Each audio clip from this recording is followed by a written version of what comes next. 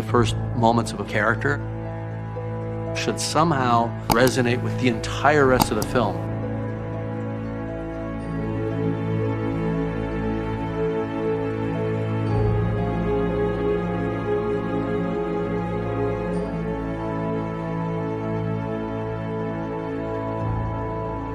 So we talked about character introductions and a few different ones. I love stylistically interesting cinematic introductions of main characters or main adversaries. So here's one that I'll use as an example. This is in Titanic. And let's say we'll start with this shot, which is a big crowd getting ready to board the ship and say goodbye to the people that are already boarding the ship. And so, 1,000 extras and the camera's coming down and we're coming onto a small group of people, and then we see this little girl. And meanwhile, we hear a horn honking and she turns and looks, and here comes this beautiful, glittering, otherworldly car. And then the door is open and we see a figure, a hand comes out, and then a foot comes out, and then a hat comes out.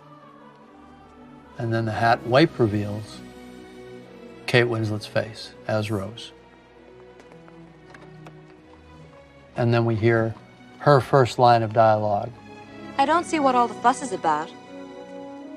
It doesn't look any bigger than the Mauritania. Which is very sort of blasé and diva-like. It doesn't look that big, kind of dismissive. And she sort of immediately sort of declares herself as a bit, sort of posh and above it all. But we also get to see her entire ensemble, which is beautifully pulled together, Edwardian day coat and her gorgeous hat. So she's kind of defined very, very, very quickly. But the cinematically interesting thing is the first thing we see of Rose is her car. And we see it from the perspective of a little girl who is a steerage class passenger. And to her, it's like a fantasy. What she sees is the fantasy. She sees the princess. I've gone from the wide shot with literally, I don't know, it might have been 1,200, it might be 1,500 extras that were on call that day. And we built this huge set, and we come down with the crane, across the entire crowd, everybody's waving, and then we introduce little Cora. Daddy, it's a ship. And just a relatively inconsequential line from her, it's not important, but she creates a subjective point of view. And then here comes the car honks, it's clearing a path, and now we see it from Cora's perspective, the beautiful golden glittering chariot. And not just one car, but a fleet of cars that show up. And this is a very long lens shot. This is probably a 150 millimeter lens shot, and it's designed to stack the frame. Now, a lot of this sequence was shot with long lenses, and it's hard to imagine Titanic as being a low budget movie, but if you looked 10 degrees over that way or 10 degrees over that way, it was Baja, California. We were down in Rosarito Beach. So we had a piece of backing that was supposed to look like the city of Southampton at the Southampton docks. And if I moved off that backing, I was looking at scrub brush and hills. So not exactly a low budget film, but every film has its limitations. Now we're creating an anticipation. Somebody's coming. Who is it? Somebody, the door is being opened. We see a hand come out. So Rose's introduction is her hand, her calfskin glove hand, and her foot delicately comes out in her little parasol and her hat. Right now, she's a hat, in the same way that Cora was boots. The synecdoche principle, that the character is reduced to an object that represents that character. It's a highly fashionable hat. It's a rich girl hat. It was a very expensive hat. It was probably a unique hat from a couture designer in London. And then we meet her. And she's absolutely gorgeous. And I think for the average audience member, this is a moment that says, okay, she's the character. She's the one I'm going to follow. We also have a foreknowledge. We've seen this character. We've seen her at the age of 103 in the sort of the prologue of the film, and we've been taken back in time through her narrative. She's the storyteller. So what did she look like when she was 19?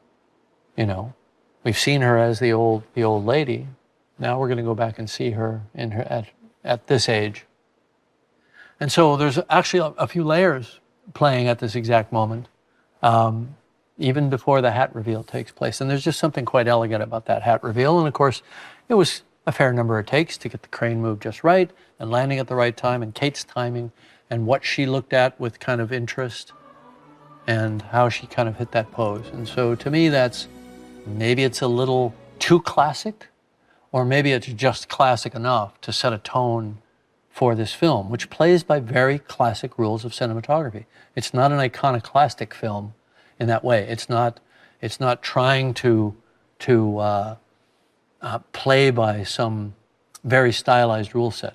It's trying to use classic cinematic technique to tell the story. We cut away to something else. We cut away to two other shots. We introduce Cal. That's important. He is, in a way, the adversary, or one of the adversaries of the film. And then we come back. We come back to Rose, and she speaks. He doesn't look any bigger than the Mauritania. And she's a spoiled little brat. In a way, almost off-putting. She's not very nice. It's not that much, is it? You know, she's above it all.